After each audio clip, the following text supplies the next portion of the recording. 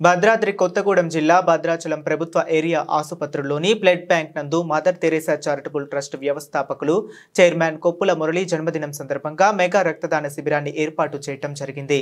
ఈ మెగా రక్తదాన శిబిరంలో ప్రముఖ ఈఎన్టీ సర్జన్ డాక్టర్ మహమ్మద్ బాషా గారు పాల్గొని మాట్లాడుతూ పుట్టినరోజు అంటే కేక్ కటింగ్లు పార్టీలు జరుపుకునే ఈ రోజులలో ఇలా పుట్టినరోజు సందర్భంగా గర్భిణీ మహిళలు తలాసేమియా సికిల్ ఎమియా వ్యాధితో బాధపడుతున్న వారి కోసం రక్తదాన శిబిరం ఏర్పాటు చేయడం అభినందనీయం అని అన్నారు। ఈ కార్యక్రమంలో trust chairman Koppula Murali, trust నిర్వాహకులు జయరాం, ఎడ్విన్ కిషోర్, బూరం నవీన్, శ్రీకాంత్, పడితెల వంశీ, ఆనంద్, అజిత్, ఉమామహేశ్వరరావు, లోకేష్, మధుసూదన్ రావు, టి నవీన్, సారయ్య, రాజు, చంటి, భానుప్రకాష్, పవన్, కళ్యాణ్, సాయి వీరేష్, విజయ్ పాల్గొన్నారు। అందరికీ నమస్కారం అండి। నేను డాక్టర్ మహమ్మద్ బాషా, సింధు ఈఎన్టీ హాస్పిటల్।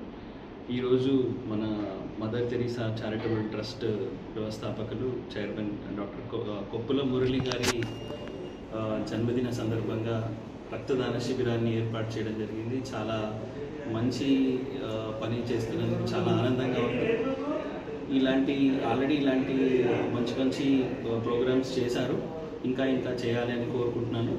ఈ అకేషన్ వచ్చేసి కొప్పుల మురళి గారి బర్త్డే అండి, జన్మదినం సందర్భంగా చేస్తున్నారు।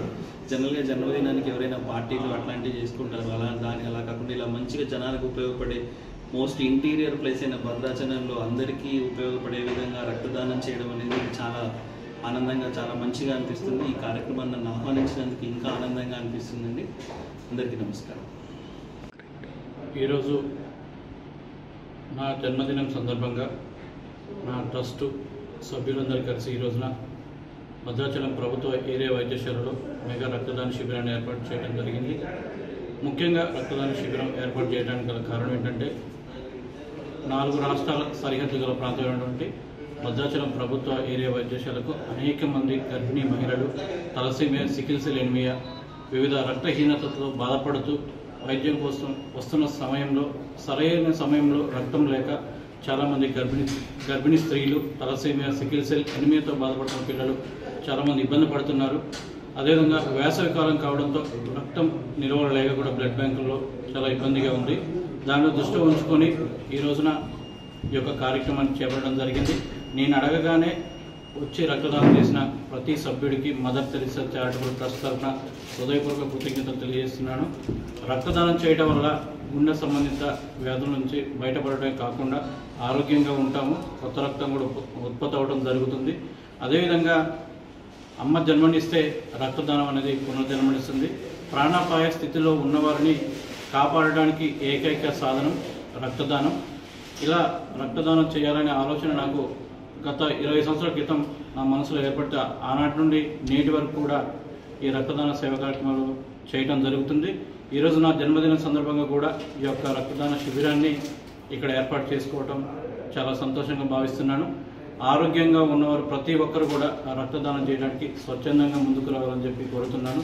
ఎందుకంటే చాలామందికి తలసేమియా పిల్లలు ప్రతి 15 రోజులకు ఒకసారి రక్తం ఇచ్చుకోవాల్సిన పరిస్థితి, సికిల్ సెల్ వ్యాధితో బాధపడుతున్న వారు ప్రతి నెలకు ఒకసారి రక్తం ఇచ్చుకోవాల్సిన పరిస్థితి, చాలామంది గర్భిణీ మహిళలు ఏజెన్సీలో రక్తహీనతతో బాధపడుతూ ప్రసవం కోసం వచ్చినప్పుడు రక్తం దొరకక కొంతమంది చనిపోతున్న పరిస్థితి కూడా చూస్తున్నాం।